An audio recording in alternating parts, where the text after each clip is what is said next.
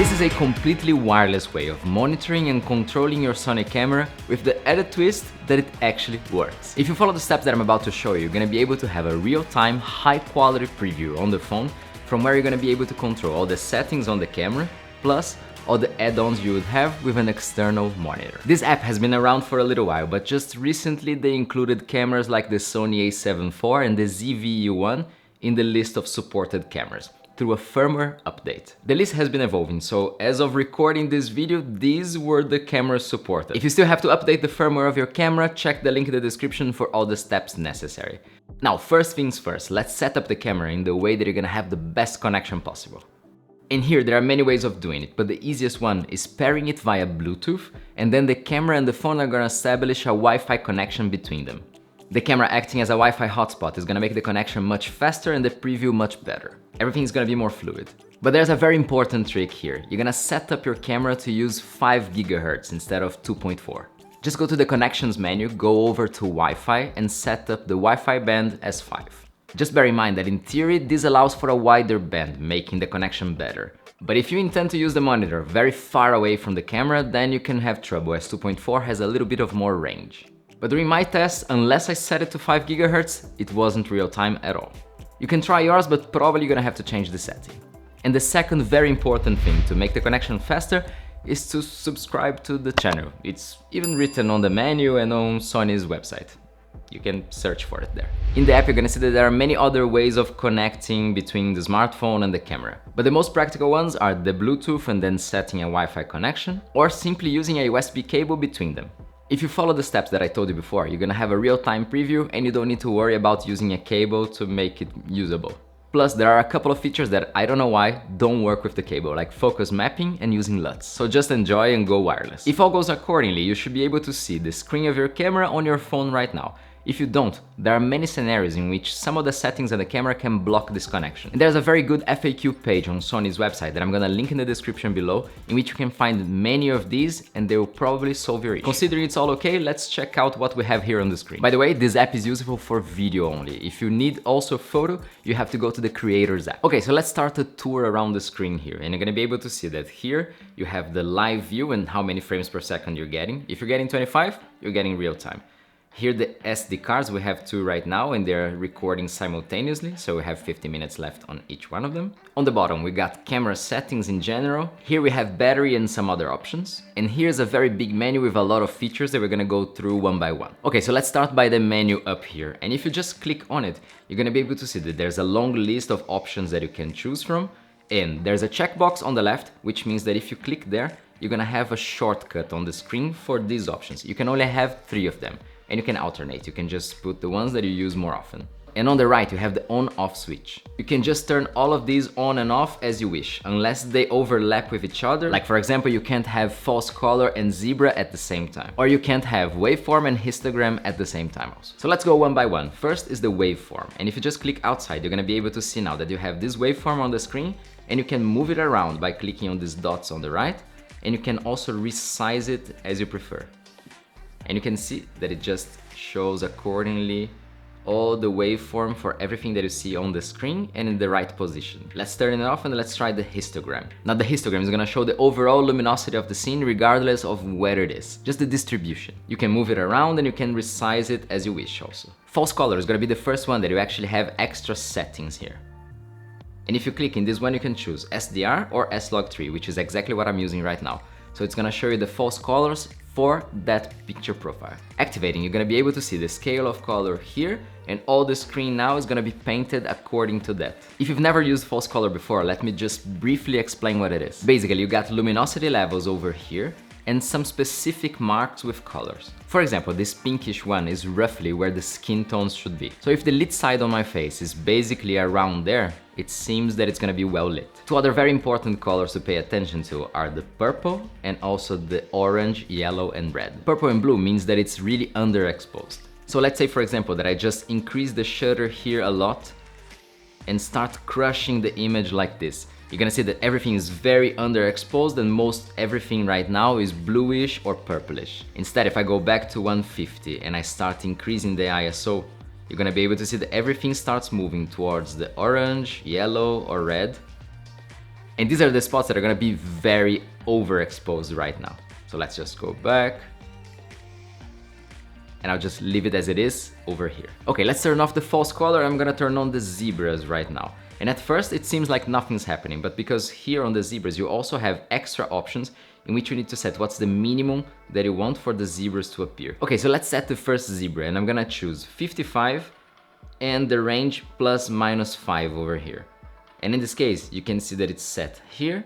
And if you look at the screen, it's exactly what we got. So everything in that range should have the zebra just like this part of my face. It's just another way of seeing the luminosity of the scene and checking where your skin tones lie, where the brightest part of the image lies. So you can check one by one if the important things are well lit and also if the extremes are not clipping. Okay, let's turn it off and go to the next option, which is de-squeeze. This one here is not useful for us right now because I'm not using an anamorphic lens. But if you do use one, this is what's gonna save you. Now the next tool is gonna be the aspect marker, and this is very useful, especially in the scenarios in which you're gonna record something horizontally and you wanna use later as vertical, because you can just click on the list here and you can set it, for example, to 9:16, which is already the first option. And now you have also this vertical frame here that is really gonna help you when you're recording for both orientations. Okay, the next tool is gonna be the safety zone. And if you go to the tools and just go to the bottom, you're gonna be able to see that it's allowing you to have this rectangle all over the screen in which you can understand until where you can go if you're planning later to zoom in or out or just move the screen around. And there are many options also inside safety zone. You can change the color, you can change the size of it, you can do whatever you prefer. There's a guide frame for you to have the rule of thirds on top of the frame. And finally, there's a rotation option in which you can just turn the image like this. Okay, let's go over what we have here at the bottom. Now the first option you got, and a lot of people are confused about this, is the FPS option down here. You can have fixed or variable. This is actually going to allow you to use the S&Q mode from your camera, changing the frames per second to 1 or 2, for example, and making a time lapse. This is not the FPS for the recording mode you're using when you're shooting just 4K, a talking head video or something like that. I'm gonna show you where that is. The next option is the focus method, and you can have autofocus or manual focus. And the screen is touch. So if you just touch on the background, you're gonna see that it slowly migrates the focus to that area. And if you just click on track and cancel here, it's just gonna go back to the priority of face or eye autofocus. You can have the focus assistance on, you can change the focus area, you can have the face or eye autofocus on or off, and you can set the transition speed for the focus. So when you click something, you can go there very slowly,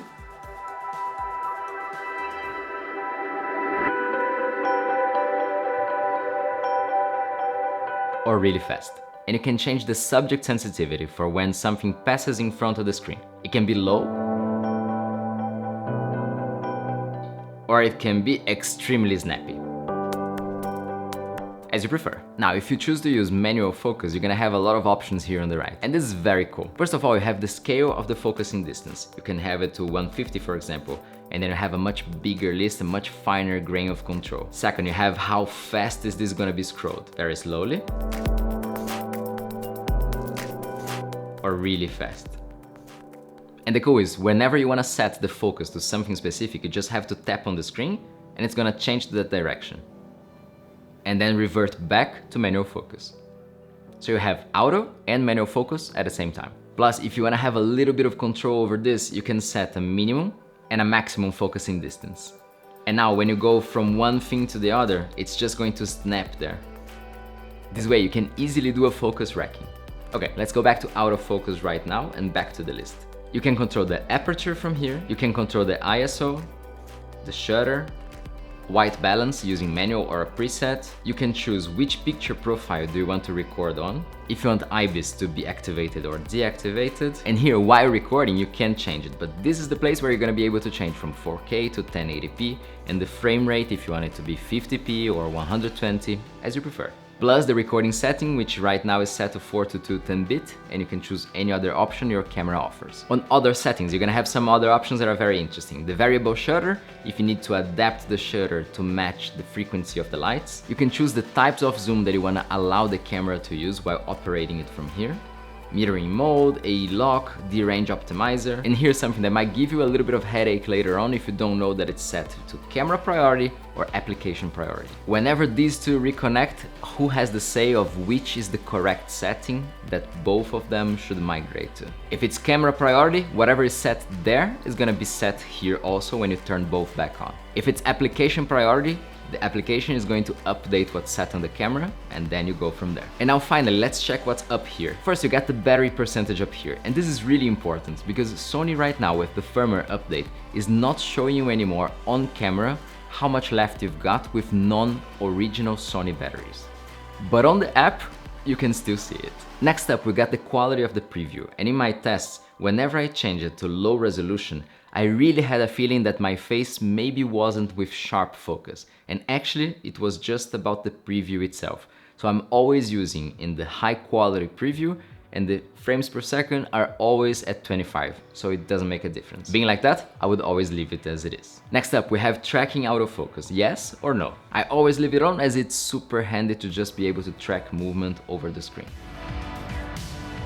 Now these two are very cool options that allow you to actually give this to your client while you're filming for them to see also what's going on without interfering with the settings. So all you gotta do is change display so that they don't see what's actually set on camera, and then click the lock so that they cannot change anything. This way it's simply a wireless monitor that they can see what's going on.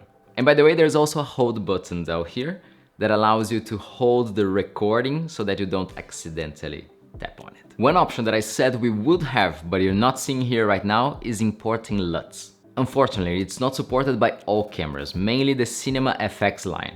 I don't know if it's gonna come to the Alpha 7 or the ZV lineup. I really hope it does, but for now, no. And this is the first of the issues that I want to mention about this app so that you know also the good and the bad sides of it. Not having the gamma assist or LUTs here, it's really sad. Then I still have to use the LCD on the camera to be able to check that. One more thing missing that would be super important, audio levels. It would be perfect to be able to see the audio levels in here and also control the volume. But for now, it doesn't exist. Regarding overheating, I never had any issues with the camera turning off. But sometimes recording outside with this app, I did have the warning sign saying that it was getting a little bit warmer. One thing that I do with my A7IV is flipping the LCD outwards so that the heat dissipation is a bit better. Anyways, I never had the camera turning off because of this. And finally, one last issue is that if you're a hybrid shooter and you're constantly changing between video and photo, the app gets a little bit confused when disconnecting and reconnecting from that. So if you're doing it too often, I would use either the Creators app, or when you switch between them, you're gonna have to turn off the camera and turn back on for it to be able to work again. Plus one more option that this app offers but that I couldn't test, and you can see in these videos over here from these creators, is using Multicam. So you can actually connect the app to several cameras at the same time and see a preview from all of them so that you can control and monitor all of these simultaneously. It's not the fastest option out there, but definitely the most practical instead of passing HDMI cables all over the place. So finally, where would I use this app? Actually, I've been using it everywhere. Either to film my own content so that I can have control right from the phone in my hands, or with clients in a way that I can just set up the lights and change the settings on the camera without having to go back and forth all the time. You just have to bear in mind the limitations that currently exist, in my case not being able to see the gamma assist from the phone and also the audio levels. But these are two things that you can check from the camera, from the LCD, and just proceed to control and monitor everything using the app. And that's it, thanks a lot for watching, and if you want to see another app that is very good for Sony cameras, you can see my review here of the Monitor Plus app. And if you want to see a comparison between this app and that one, just write me down in the comment section. Thanks again for watching, and I'll see you in the next one. Ciao!